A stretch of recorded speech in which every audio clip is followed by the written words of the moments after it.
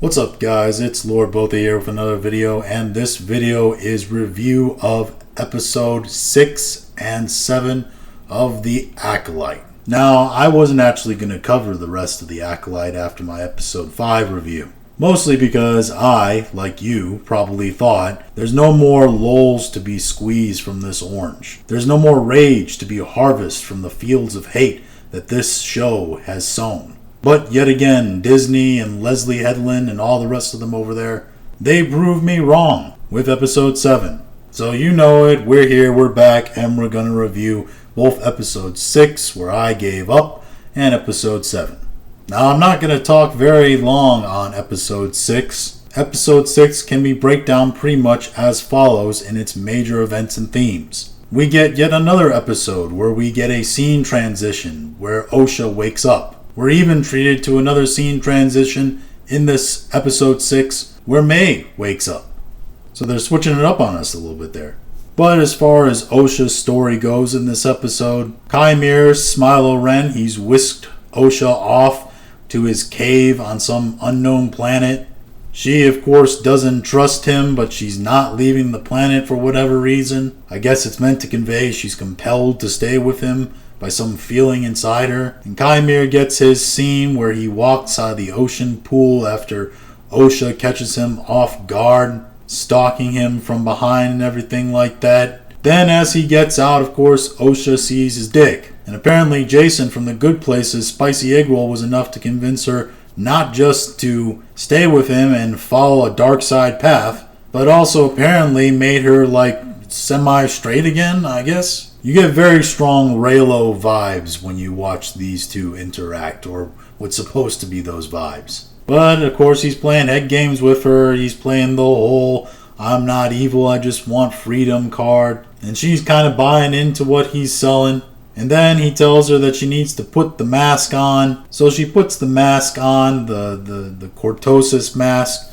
Which, by the way, the Cortosis mask, which shorts out lightsabers, apparently that works absolutely fine with whatever kind of laser fuse that he was using to solder it back together, because that thing wasn't shorting out. So how does it all work? I don't fucking know. They keep changing the rules every 2 minutes. But at the end of the episode, Osha puts the mask on, and I guess it's supposed to be hinting towards her facing her dark side or whatever like that. Meanwhile, May was in the ship with Soul. Her story essentially goes that every time something is going to actually happen on that ship, some weird-ass contrivance pops up, and it prevents them from actually moving the plot along.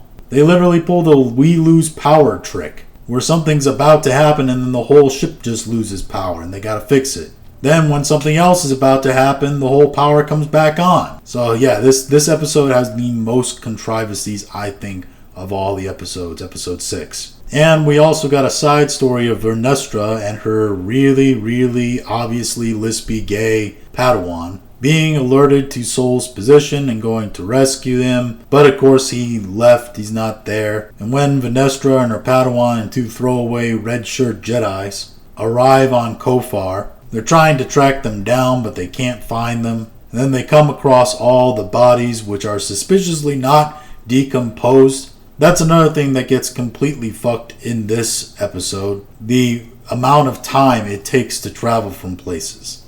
In certain points, it's made to seem like it's going to take a long time to get to places. In other points, it seems absolutely instant. So there's no real idea of time or distance again in this episode. While investigating what happened on Kofar, one of the giant moth creatures, right, that lives in the woods tries to attack Venestra's Padawan. She's able to down it because she uses her lightsaber, that is the lightsaber whip. That's the one we've seen in the promos and all that. And she snaps back on that thing and she cracks the moth creature in half. There's a lot of focus on her this episode, and there's also a lot of focus on May and Osha, and I gotta say, all those actresses cannot actually emote. They still are wooden as hell. The actress who plays Vernestra, Leslie Headland's wife, she basically has no emote to angry, and that's it. And Amandla Stenberg, basically her emotes are either nothing at all as well, or crying. Well, not really crying, like on verge of tears, very dramatically so. But those are the two emotes that she has, nothing else. Blank stare and almost crying. But the episode ends with Soul having stunned May, who was in secret trying to pretend that she was Osha, locking her up, and he's basically going to tell her the story about the night she started the fire that destroyed her whole house. And I say that because it's revealed in the next episode. She did start that fire and burn down that whole place. So let's just get into it. Episode 7. Episode 7 I can best describe as the Joe Biden debate of Star Wars. It's entirely a flashback episode, which we knew we were going to get, and it's all done from mostly Soul's perspective, with a little bit of third person here and there. But what we find out in this episode is that those Jedi were there because there was some agitator, I don't remember what the fuck they call it. Basically a concentration of strong force power, strong enough that it could create life. Which is why all the planets in this system apparently was destroyed by a hyperspace accident. But this planet is alive and well and flourishing with nature all around it. So something in the Force must be driving it. We find out Soul is the one that stumbles upon the witches in the first place. We learn that he made the noise that distracted everyone when the girls were training. Because I'm sure everyone had that on the list of mysteries they wanted solved. The whole episode is supposed to be another riff on, did Soul really do this for Osha, or was he doing it for himself? It's supposed to be a riff on the idea of the dangers of attachment, because Soul feels weirdly emotionally attached to Osha. But the main thing you get out of this episode is that the Jedi are supposed to be the bad guys, but when you watch the episode from the standpoint of just a moral person, you realize that the Jedi didn't really do anything wrong. They met strange witches who seemed to be using dark side force powers with kids within their walls and thought they could be in danger. The witches act increasingly hostile towards them with every encounter. They say they don't want violence and then take over Torbin's head, which, by the way, in this episode, it seems like when Mother Anissa is in his head, like we're going to get some actual character depth and knowledge about Torbin, because she asks him what he wants as his greatest desire, and she would give it to him. And he says that his greatest desire is to go home to Coruscant, which he's already been bitching about the whole episode, so it's not like a big shock. I thought maybe they do something like, I don't know, give him something specifically drawing him to Coruscant, someone that he loves, somebody he's too emotionally attached to. Make him some kind of flair of interesting, right? But no, it was just he wants to go home. Also, over this entire episode, Torbin didn't do anything that weren't wanting him to end himself. Like, you could argue he made some rash decisions here and there, but nothing that's that bad. What ends up happening is pretty much everything we saw from Osha's view. Like, May did lock her in, she did start the fire. Apparently the fire gets too big and it catches the electricals on fire by the door when she throws it down.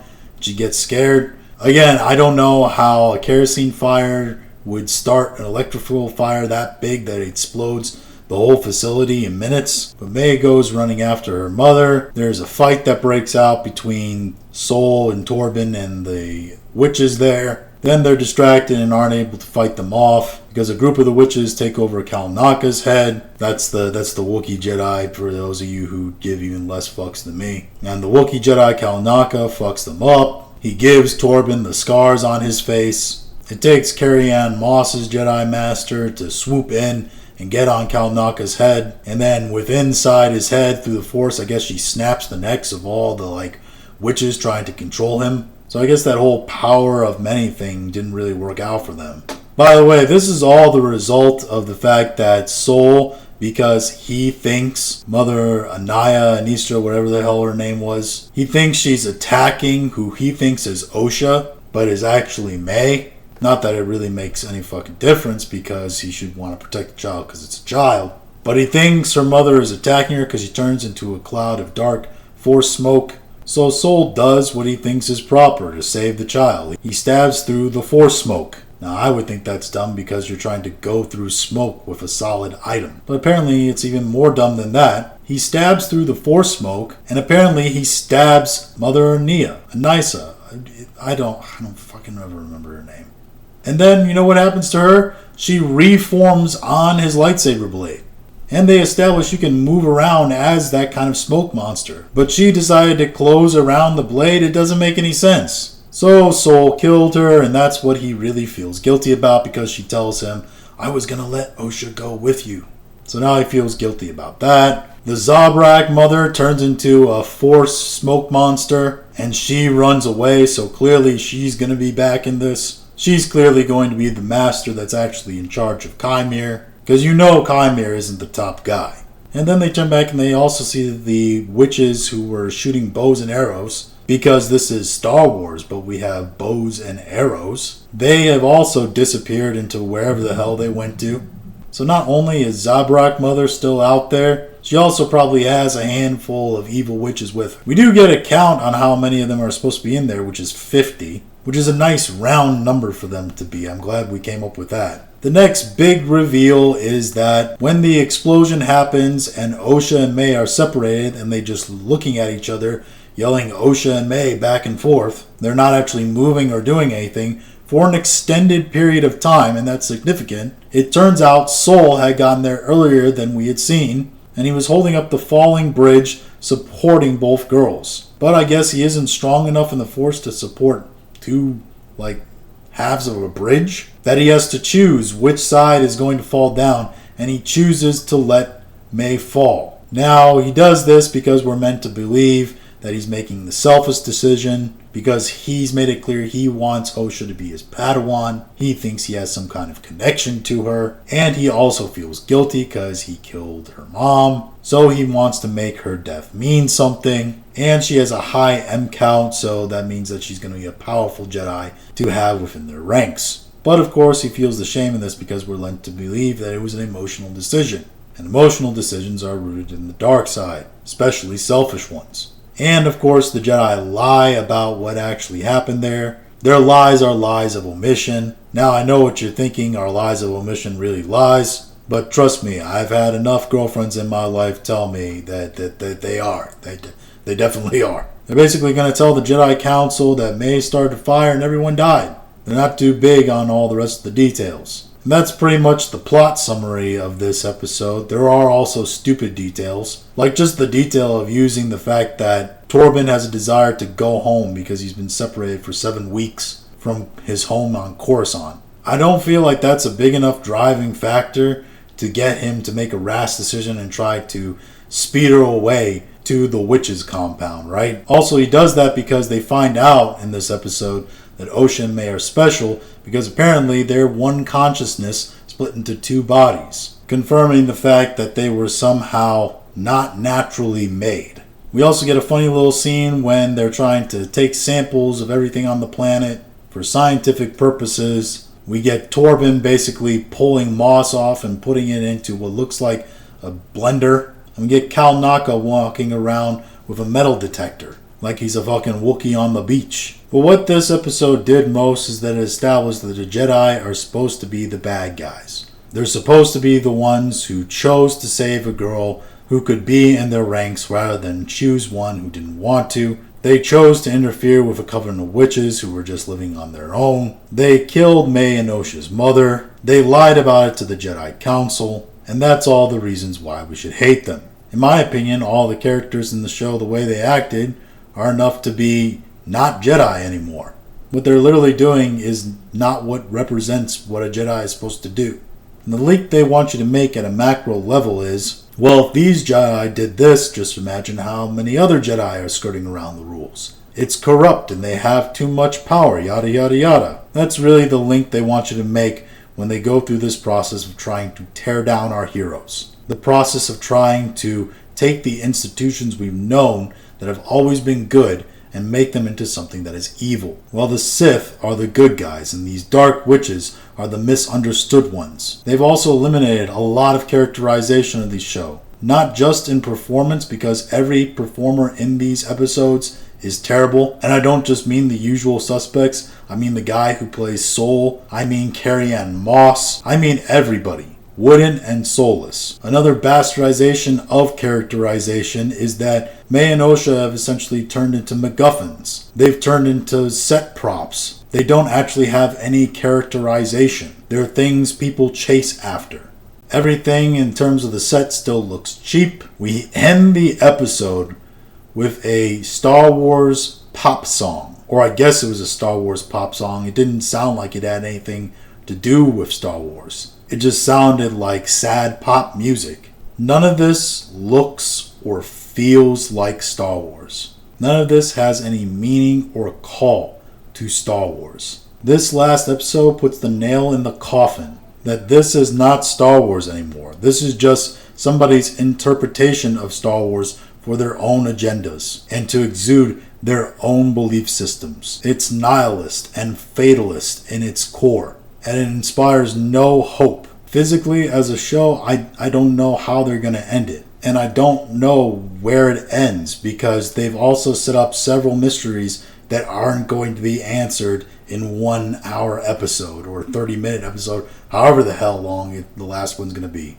And they ain't getting a season 2. They have the lowest watches of any of the Star Wars originals. The only thing lower than them is Andor. They're at the bottom of the ratings all the time, barely putting on the charts. And for the amount of money they've poured into the series, it's not worth it, and they're not going to do it again. So this show isn't going to get a season 2, thankfully. But the real question is how much more damage it can do to Star Wars with one more episode to go. But this is just my review of the last 2 episodes of Star Wars The Acolyte. I gotta say, I can't wait for Skeleton Crew. And if you liked this video, please like, share, and subscribe. If you didn't like this video, I appreciate you listening this long, and we'll talk to you again later.